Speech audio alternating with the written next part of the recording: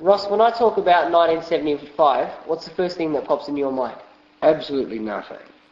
In fact, the entire 70s to me seems a bit of a blank, possibly because being born in 1949, the 60s was such an extreme time, you know, when a wimp like myself could suddenly be fashionable. I found the 70s a bit dull. 75 itself doesn't ring any bells for me at all, in particular. I'm sure I was working because I've always worked. Would you have any idea what you would have been working on? I've got a feeling 1975 I tried to be a legitimate dancer and dance in what was then called the Dance Company of New South Wales, which later became the Sydney Dance Company. And I think I was earning probably $30 a week or something, maybe. Would $30 a week have made you a high income earner during this time? Or? No, it made me a poor artiste. I shared a house with a domestic partner, which I would have called then a lover.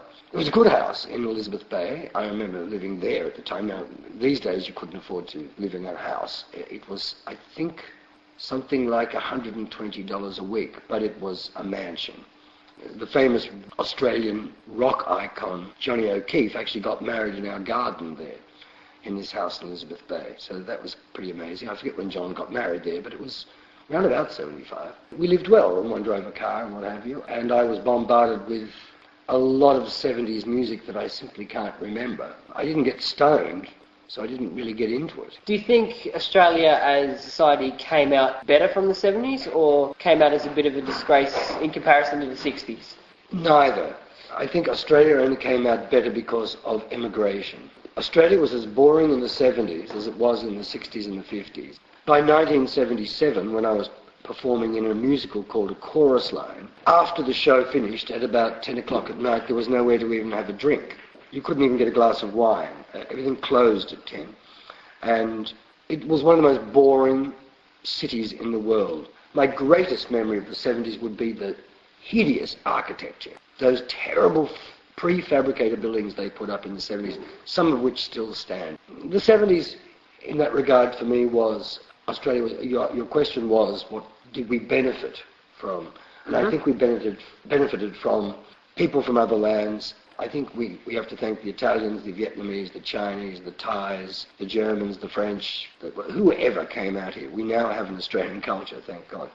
But in the 70s, it was pretty poor. Now, in the 70s, Gough Whitlam came into and out of power very quickly. As an observer of this, what opinions do you have about that? I don't remember what year it was. Why do I feel 76? Why does that ring a bell? What I do know is I was at a party in Bondi in Sydney, and at that party were the very famous rock star or pop stars of the time. Little Patty, Judy Stone, Cole Joy, Sandy Scott, Laurel Lee. I can't remember. We were all at the party, and we watched on black and white television, and Gough won. Well, we just celebrated so much because we were artists, and artists are notorious for being Labour supporters. It was a wonderful time, and we loved Gough and we loved Margaret, and the Governor-General, the Queen's representative, dismissed Gough Whitlam. And it was only a couple of years later, and I just remember us all sobbing our hearts out because we knew it was the end for us. And it sort of was, in a funny sort of a way, that era in the 70s. It was sort of the end. Why was it an end?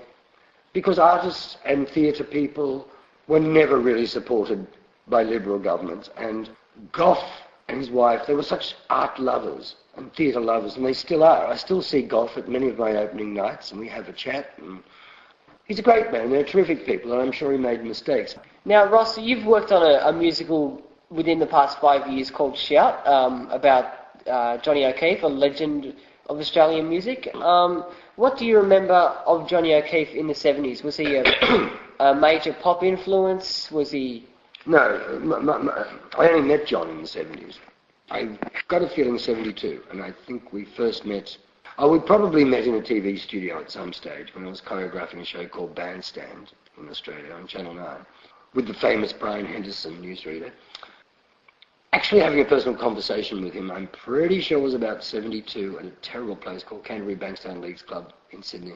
And John was aggressive, stoned, a has-been, working the clubs but getting okay money, and arguing with me that I was older than him, which was ludicrous, seeing as I was about at least 15 years younger. And as I might have said earlier in this interview, he did come to my house for a wedding of his drummer. His drummer married an ex-girlfriend of mine, oddly enough. Barry Moore was the drummer's name, and he married my ex-girlfriend, Cheryl Regan, in our garden in the 70s. He was aggressive. He was belligerent. He always scared me. He died not long after that, from what I remember. But I can't remember the initial question you asked about Johnny O'Keefe. But doing Shout. Doing Shout was easy because it covered the 50s, 60s, and 70s, and in one shape or age or another, I was there for all of them. So it was quite easy for me to revisit. You're also working on a show at the moment, Priscilla, Queen of the Desert, which is apparently going to go to London and several other countries. That sort of flamboyant drag queen behaviour is totally acceptable in today's society, but in the 70s, was that frowned upon? My most vivid memory of drag in the 70s was when I was choreographing probably the best drag show in the world. I can say that confidently because although there were more famous ones, such as Finocchio's in San Francisco and what have you, I went there once, they all looked like truck drivers on heat. It was shocking. In Oxford Street, Sydney, I choreographed dozens of shows for Caprizios, and the shows there were so good. And one shouldn't forget in that time that Oxford Street in the 70s was relatively accepted as a gay mecca. These shows were so good that I remember sneaking in the back door through the kitchen, celebrities of the time, but we snuck in Liza Minnelli, a wonderful English actor, Robert Morley. Peter Allen didn't have to sneak in, but we did anyway. Debbie Reynolds, the Hollywood movie star, and I took Sammy Davis Jr. up the back door and through the kitchen 3 times to see the show at Caprizios. The Hollywood glitterati would fly into Sydney and go straight to Caprizios to see the drag show. It was outrageous, it was dangerous, it was daring, it was creative, it was inventive, and far ahead of the rest of the world. So Priscilla isn't a surprise for me that it became a hit movie. Then in the noughts became possibly the most successful Australian musical ever, being so that it's now opening in London in 2009, in Toronto in 2009, North American tour to follow, and I think Tokyo or somewhere in Sweden. Outrageous, very disrespectful musical, based on drag, but based on an Australian talent for deep down, heartfelt honesty and love, and basically an acceptance of whoever you are is whoever you are.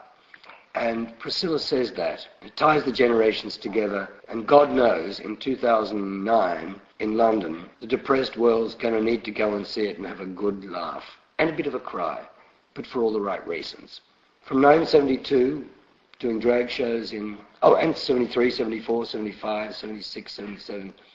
I just remembered, I did all those as well. When all those movie stars used to come and see a drag show in Oxford Street, we're putting one on in London, on the West End, and it's bound to hit New York.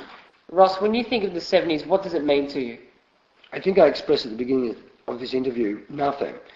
In the course of this interview, I've discovered that quite a lot did happen, and a lot of things did obviously mean things to me. A favourite memory, it would be impossible. I'll divert just for a second. In 76 in Sydney, when, dare I say, starred in a musical called A Chorus Line, my performance on opening night was destroyed by some idiot who stood up in the middle of the audience and shouted out bravo and applauded at the end of my very dramatic monologue, and the audience should not applaud at the end of his monologue because it's so dramatic. I went to the opening night party afterwards, and I was talking to the king of Australian television, or they just call him the king in Australia, don't they? Graham Kennedy. And he said, "You were good tonight, mate." And I said, "Oh, I'm so angry." He said, "Why?" I said, "Because some fuckwit stood up and applauded my monologue tonight and ruined my night." And he said, "I'm sorry to tell you, Ross, it was me." And it was Graham Kennedy. And I said, "Why did you do that?" And he said, "Because I wanted you to know how good you were." And I said, "You ruined my night." And that's kind of important to me, the king. They call him the king. And very briefly, funnily enough, a year later, Sammy Davis did the same thing with a man called Don Lane on my opening night in Melbourne, and they ruined it on my opening night in Melbourne. So from the 70s, two more very famous people, I slammed the door in their face. So I don't know about the 70s. I guess I loved being cute. That I remember from the 70s. Not a lot more, and some pretty shocking fashion. Well, despite saying that nothing happened in the 70s, it sounds like you've had a very interesting decade then. Ross Coleman, I'd like to say thank you very much for your time, and I hope that Priscilla goes very well for you in 2009. Thank you very much. It really made me interested in the 70s more than I thought.